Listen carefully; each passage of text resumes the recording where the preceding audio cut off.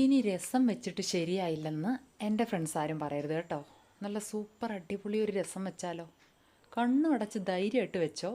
രസം റെസിപ്പി ഇനി ഫ്ലോപ്പ് ആവില്ല ഈ രീതിയിൽ വെച്ചാൽ. അതിനാദ്യം നല്ല നാടൻ തനി വെളിച്ചെണ്ണ ഒഴിച്ച് കടുക് പൊട്ടിച്ച് ലേശം ഉലുവയും പൊട്ടിച്ച് അതിലേക്ക് രസക്കൂട്ടുകൾ ചേർക്കാം. രസക്കൂട്ടുകൾ എന്തൊക്കെയാണെന്ന് അറിയാമല്ലോ അല്ലേ? വെളുത്തുള്ളി ചതച്ചത്, കുരുമുളക് പൊടി അല്ലെ കുരുമുളക് ചതച്ചത്, ഒരു 1/4 സ്പൂൺ മുളക് പൊടി, 1/4 സ്പൂൺ മഞ്ഞൾപ്പൊടി, ആവശ്യത്തിന് ഉപ്പ്, പിന്നെ പുളി പിഴിഞ്ഞത്, കറിവേപ്പില, മല്ലിയില ഉണ്ടെങ്കിൽ ലേശം മല്ലിയില, 2 നുള്ളു ജീരകം. ഇത്രയും സാധനങ്ങൾ എണ്ണയ്ക്കകത്തിട്ട് നന്നായിട്ട് വഴറ്റിയിട്ട് ആ രസത്തിൻ്റെ മസാല മൂക്കുമ്പോൾ ഒരു മണം വരുമല്ലോ. ആ മണം എല്ലാവർക്കും അറിയാമല്ലോ.